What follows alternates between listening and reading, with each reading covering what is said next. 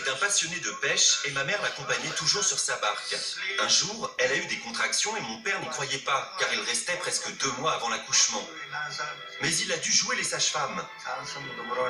Il a coupé le cordon avec son couteau de pêche, il m'a plongé dans la mer pour me laver et ils m'ont emmené en barque jusqu'à la maternité. Pour l'époque, c'est un véritable miracle si je suis resté en vie. Mais à partir de ce jour, les péripéties les plus improbables ne cesseront d'animer la vie de cet homme. Enfant, Frano contracte toutes les maladies. Puis c'est une avalanche d'invraisemblables sinistres qui va s'abattre sur lui.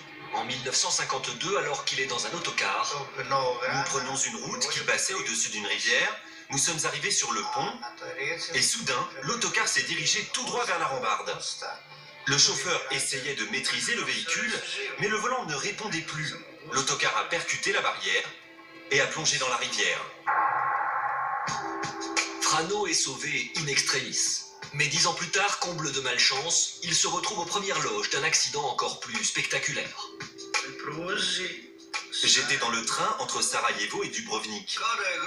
Soudain, on a eu l'impression que notre wagon avait été frappé par la foudre.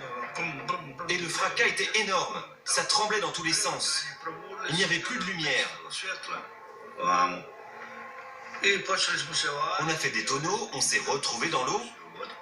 L'eau s'engouffrait dans le wagon et là je me suis dit c'est fini, on va tous se noyer. Mais d'un seul coup, j'ai senti que quelqu'un me tendait la main pour me sortir de l'eau. Frano échappe une nouvelle fois à la grande faucheuse, mais la série noire est loin d'être terminée. 1 an plus tard, il est victime d'un crash d'avion dans lequel tous les passagers vont périr, sauf une hôtesse de l'air et lui. En 1966, il est à nouveau à bord d'un autocar qui tombe dans un précipice. Dans les années 70, 2 de ses voitures prennent feu alors qu'il est au volant. Une autre termine sa course dans un ravin après une chute de 100 mètres. Et pour finir, en 1995, il est renversé par un minibus. À ce jour, la liste de cette impressionnante série d'accidents fait froid dans le dos.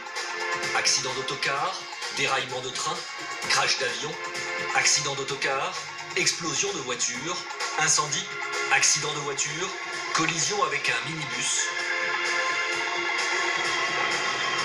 Lorsque le destin s'acharne autant sur un homme, est-il finalement le plus chanceux ou le plus malchanceux du monde? Jamais personne, pas même ma femme, n'a eu le courage de monter avec moi sur un bateau.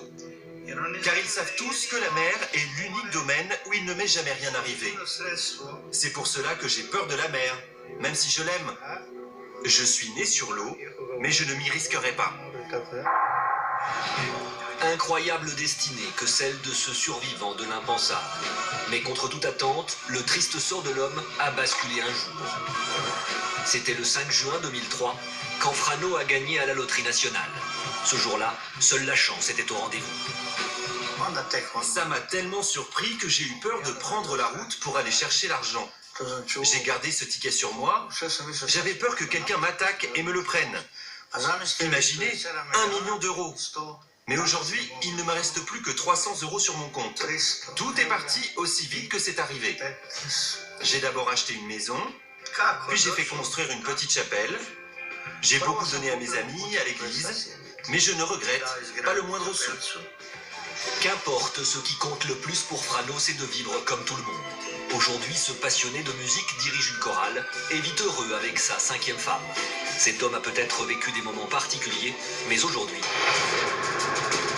Direction l'Alaska en plein match de baseball. Un gros